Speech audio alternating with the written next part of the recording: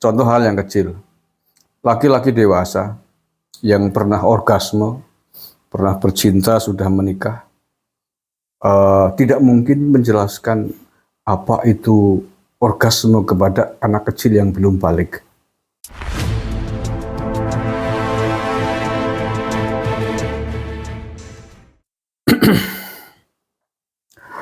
Assalamualaikum warahmatullahi wabarakatuh. Salam Nusantara, salam sejahtera untuk kita semuanya. Salam, Om Swastiastu, Namo Buddhaya, salam kebajikan, rahayu.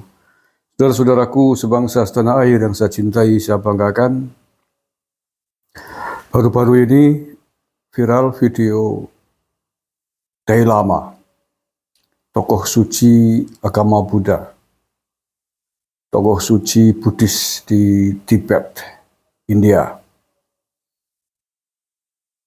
Video singkat di mana di situ seorang anak kecil disuruh menyedot lidahnya sang Dalai Lama.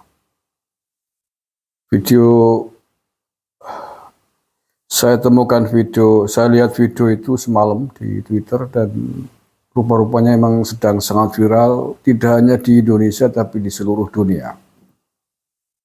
Videonya viral, sang Dalai Lama mendapatkan banyak sekali hujatan atas video yang dinilai oleh banyak orang sebagai tidak pantas, sebagai tidak etis. Bahkan banyak yang menuduhnya sebagai sebuah pelecehan seksual gitu ya. Dianggapnya Dalai Lama melakukan itu karena ada nafsu birahi gitu.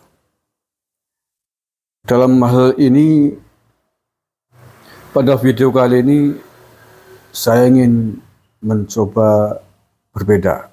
Saya tidak ikut-ikutan menghujat, merendahkan Dalai Lama ini. Kita tahu bahwa Dalai Lama ini tokoh suci agama Buddha di Tibet. Spiritualis Buddhis yang sangat dihormati di sana. Dan menurut saya tidak masuk akal kalau hal itu dinilai sebagai sebuah pelecehan atau punya hasrat nafsu biologis kepada anak atas apa yang dilakukan oleh Dalai Lama dan anak kecil tersebut. Seandainya hal itu ada unsur nafsu biologis, tidak etis, tidak senonoh, tentu tidak mungkin dilakukan di depan publik, di depan kamera. Ya, karena acara itu adalah acara Dalai Lama dengan sekitar 100 anak-anak di India dan disorot kamera. Jadi menurut saya tidak mungkin, tidak masuk akal, tidak logis kalau hal tersebut dinilai sebagai sebuah pelecehan seksual. Lalu apa kalau itu bukan perilaku pelecehan?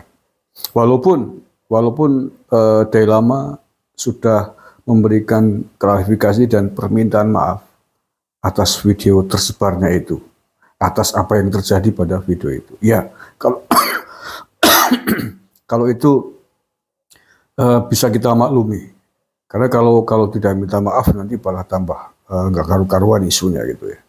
Tapi dalam konteks yang lain, saya ingin mencoba menyampaikan. Yang pertama bahwa Dalai Lama adalah tokoh spiritual Buddhis, tokoh suci di sana. Yang kedua, ini dalam hal spiritualitas,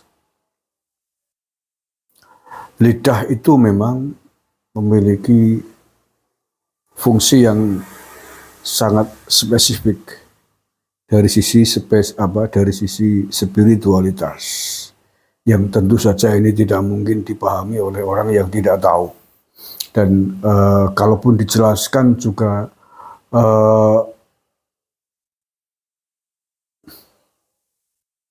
dan tentu saja karena itu spesifik, penjelasan yang ada pun tidak harus diiyakan atau disetujui oleh orang yang tidak paham. Tapi sedikit ingin saya mencoba menjelaskan tentang lidah. Orang yang pernah belajar tentang meditasi Walaupun mungkin tidak seluruh ilmu meditasi ya, tetapi setidaknya sebagian orang yang pernah belajar laku spiritual mungkin pernah mengetahui atau melakukan meditasi dengan cara lidah ditekuk ke atas. Lidah ditekuk ke atas sampai menyentuh langit-langit mulut ya. Kalau bahasa Banyumas telak gitu. Telak gitu. Langit-langit lah ya. Mengapa hal itu dilakukan? Tentu ada sesuatu yang tidak bisa dijelaskan untuk orang awam terkait dengan proses meditasi ini. Meditasi sebagai sebuah proses spiritualitas. Dan itu bukan hanya ilmu meditasi secara umum. Dalam hal ilmu meditasi yang diajarkan oleh sebagian ilmu thariqah, tasawuf, Islam, saya juga termasuk praktisi meditasi ini. Dalam hal ilmu thariqah, kebetulan thariqah yang saya ikuti termasuk yang mengajarkan tentang meditasi zikir sir dengan cara teknik lidah disentuhkan ke langit-langit mulut. Guru saya dulu mengajarkan yang penting ikuti, nggak usah perlu maksudnya apa ya, karena di antara disiplin etika murid kepada sang guru kan tidak harus mengetahui secara detail mengapa ini harus dilakukan, bukan karena tidak boleh, tapi karena nanti kalau dijelaskan detail malah jadi niatnya bisa berubah, jadi tidak ikhlas, atau mungkin tidak nyendak akal pikiran kita atas seluruh ritual, zikir-zikir atau olah meditasi yang dilakukan. Ya contohnya mengapa zikir jahar harus 165 kali misalkan. Selawatnya harus 100 kali misalkan. Istighfarnya harus 3 kali. Itu kan teknis-teknis yang dituntun. Pada setiap ritual spiritual pasti ada hitungan-hitungan begitu dengan cara-cara tertentu. Yang tidak mungkin selalu harus dijelaskan secara rinci detail. Nah, kembali kepada apa yang dilakukan oleh Dalai Lama itu. Karena beliau adalah tokoh spiritual Buddhis, maka saya meyakini yang ia lakukan pun dalam konteks spiritualitas, dalam konteks sesuatu kemampuan spiritual yang beliau miliki, yang tidak harus dan tidak mungkin juga dijelaskan secara umum ke publik, nanti pada jadi salah paham.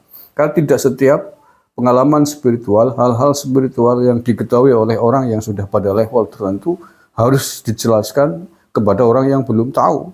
Kalau dijelaskan nggak akan paham dan bahkan bisa salah paham. Saya kira seluruh pejalan spiritual memahami hal itu semuanya.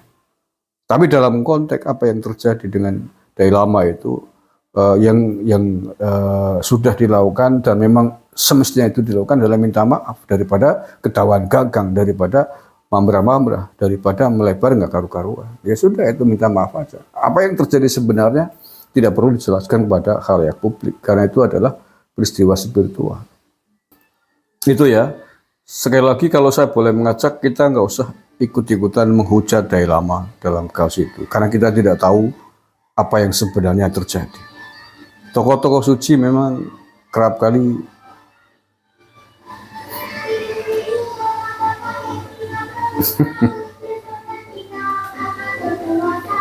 sahur, musik sahur nih lewat.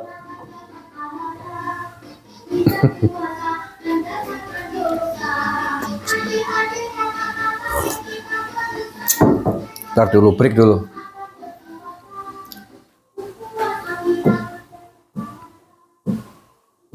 Ya, jadi tidak setiap sesuatu yang dilakukan oleh orang-orang tokoh-tokoh spiritual bisa dipahami, dan tidak setiap sesuatu harus dipahami, dijelaskan. Karena itu bagian dari rahasia-rahasia spiritualitas yang ia ketahui, yang kalau dijelaskan malah jadi tambah tidak jelas, tambah tidak paham, tambah tidak baik gitu. Ya contoh kecil lah beginilah ya. Contoh hal yang kecil. Laki-laki dewasa yang pernah orgasme, pernah bercinta, sudah menikah, tidak mungkin menjelaskan apa itu orgasme kepada anak kecil yang belum balik. Bagaimana bisa seseorang dengan hubungan badannya kok kemudian orgasme? Seperti apa nikmatnya orgasme? Apa akibat dari orgasme? Itu tidak mungkin dijelaskan oleh orang dewasa kepada anak-anak yang belum balik. Sedetail apapun dijelaskan tidak mungkin akan bisa dipahami. Dan jangan mencoba menjelaskan hal itu kepada anak kecil, karena tidak akan paham. Dan akan mamrah-mamrah, nggak karu-karuan, nggak ada ujungnya. Tapi ketika sudah dewasa, ketika sudah mengalami, dia baru tahu.